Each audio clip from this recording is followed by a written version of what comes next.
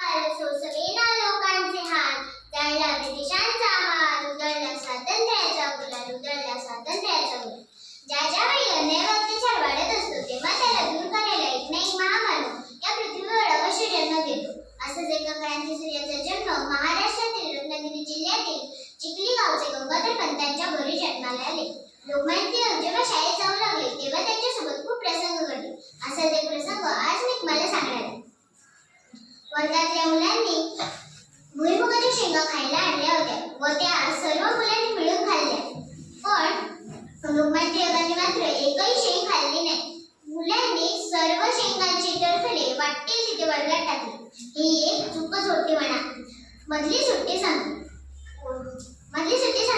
गुरुजी वर्गात आले व म्हणाले, आज सर्व कचरा कोणी केला? मुलांचा अजिबात आवाज आला नाही. मग गुरुजींना राग आला. ते म्हणाले, आता सर्वांनी मिळून वर्ग साफ करा. सर्वजण वर्ग साफ करू लागले. पण लोकमान्य टिळक आपल्या जागेवर शांतपणे बसून होते. गुरुजी जाऊन त्यांच्याकडे म्हणाले की तू वर्ग साफ का करत नाही? लोकमान्य टिळक म्हणाले, मी भुईमुगाच्या शेंगा खाल्ल्या नाही, पण मग मी वर्ग साफ का करू?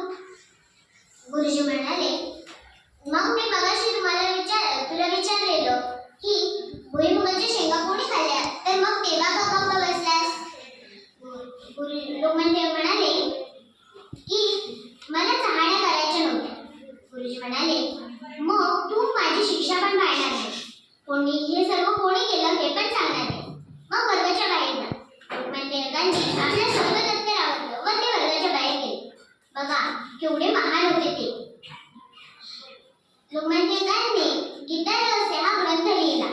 त्यांनी सिंहगर्जना केली. स्वराज्य हा माझा जन्मसिद्ध हक्क आहे आणि तुम्ही मिळवणार अशी सिंहगर्जना केली.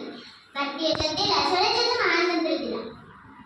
पुढे हळूहळू प्रकृती बिघडत चालली व त्यांना मधुमेह वृद्धाप या आजाराने पछाडले. 1 ऑगस्ट 1920 दुपारी 2 वाजता भारताच्या वीरपुत्राला या जगातून निरोप द्यावा लागला. अखेर एवढेच सांगेन की क्रांतीची मशाल पेटली, सिंहाची सिंहगर्जना गरजली.